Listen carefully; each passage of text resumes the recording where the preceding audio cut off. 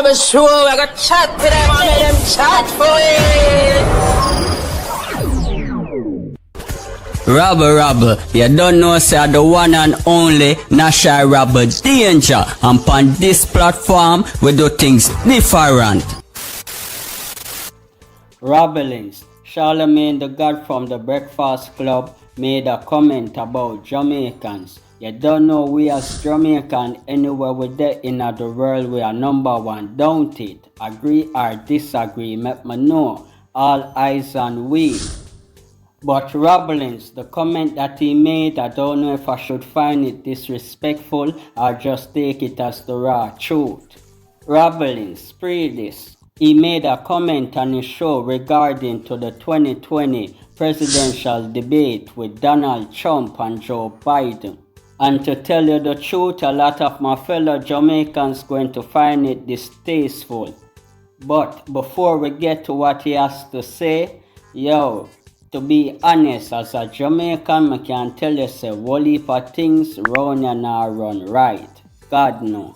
Rabble, spread this. Them say dance a yard before you dance abroad. So yo, Jamaican, come together and fix up the thing. God no. Rabble, straight Rabble, spread this. Now let the record show I'm giving Donald Trump the credit he deserves for being stupid simply because it is a teachable moment and it reinforces something I've been telling y'all for some months now to do. And what I've been telling y'all is that even though this country treats black people like secondhand citizens, the Second Amendment, that Constitution that the current president constantly wipes his ass with, well, that document has a Second Amendment, and that Second Amendment gives you the right to keep and bear arms if you are not a legal gun owner. If you do not have a gun purchasing permit to go get one, if you do not have a firearms license to carry a concealed weapon or to possess on your premises, then I have to say to you, it's possible you don't love yourself. Okay, I have gotten on this goddamn radio over the past few months and told y'all that when you are black in America, a minority in America, owning a legal firearm is a form of self-care. Okay? I should have said devil damn, not goddamn. But if you don't believe me, then you weren't watching last night, as Dana Bash from CNN so eloquently put it, that show of a presidential debate. America, we really need to ask ourselves how we got here. Okay, I'm not saying President Barack Obama was perfect, but in my lifetime so far, he's been the bar of what a leader of the free world should be. And after him, I thought the politics would have gotten blacker and browner and younger and more diverse when it comes to gender, and not just with the Democrats, with the Republicans. I just thought it would be more politicians who look and sound like actual Americans. But nope. For whatever reason, America is being ran like a Jamaican restaurant, and it seems like we are out of everything. Okay, we are out of options. And if we want something from here, we have to order what they got, because we are stuck on November 3rd voting for two sides of the same old white coin.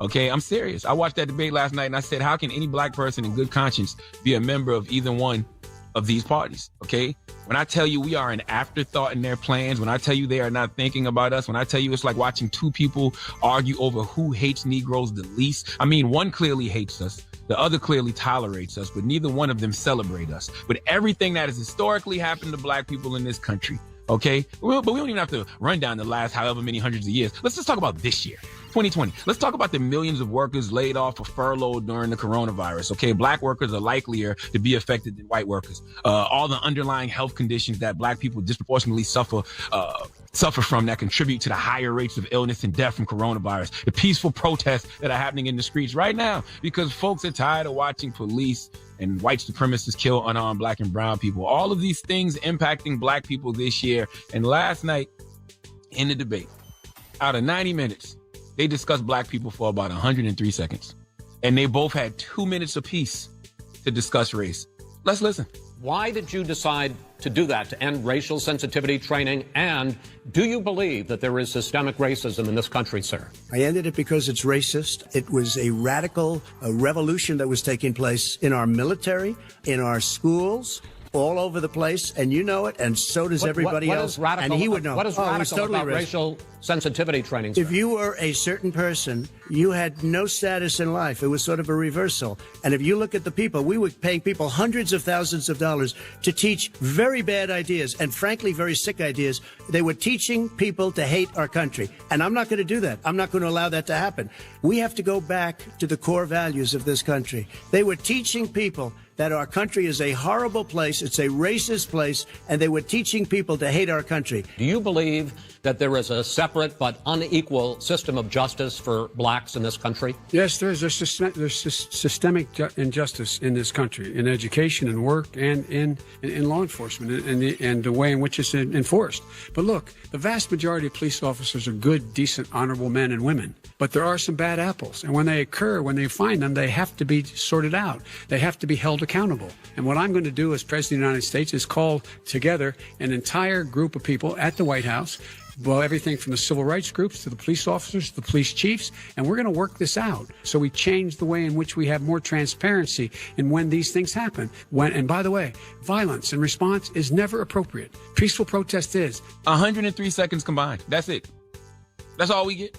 I saw a tweet this morning from the Haters Ball show, and he summed it up last night. He said, last night, Joe Biden said, you don't like the blacks, and Trump was like, neither do you. And I laughed because the reality is neither one of them is thinking about us.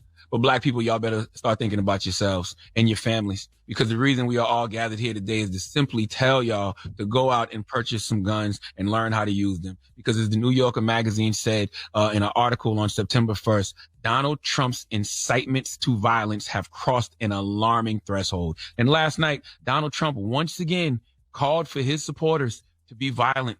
Let's listen. I would say almost everything I see is from the left wing, not from the right wing. So what are you saying? I'm willing to do anything. I want to see peace. Then do it, sir. Say it. Do it. Say it. What do you want to call them? Give me a name. Give me a White name. supremacists and Who would you like me to condemn? White supremacists and right Proud Boys, stand back and stand by. But I'll tell you what. Somebody's got to do something about Antifa and the left. Antifa's an idea, not an organization. Oh, you got to be not kidding. militia. That's what his FBI director said. I'm not surprised that a white supremacist didn't condemn white supremacy. He's never condemned it. I'm not surprised that he told the Proud Boys to stand by. He's been telling his supporters to punch people. He's been celebrating his supporters confronting BLM demonstrators in Portland. He has been supportive of guys like Kyle Rittenhouse and said what Kyle Rittenhouse did in Wisconsin was self-defense. But I'm here to tell you all that America is in trouble. Okay, regardless of who wins or loses, the other side of America has forever been exposed on both sides. White supremacists know how we feel. We know how white supremacists feel. There are no more rose-colored glasses to put on and ignore what's happening in this country. So I'm here to tell you today, while those white supremacist groups are standing by, you better take your black ass to the gun store and stand in line to buy a gun. Okay? Oh, let me guess. When they go low, you go high. This has nothing to do with violence begetting violence and everything to do with the leader of the free world declaring war on American citizens and using other American citizens to do his dirty work. If those white supremacist groups are dumb enough to listen to him, then you better be smart enough to listen to your conscience. And I know your conscience is telling you, praise is what you do. That's right. Give all glory to God. I submit my will to God every day. But when praise is what you do, you better be ready to knuck and buck too. Okay? You better be ready to knuck, buck, and be ready to fight because it is about to go down. Rabble, no fear for tell them say you hear it, so remember to like, share, and subscribe. Straight Rabble.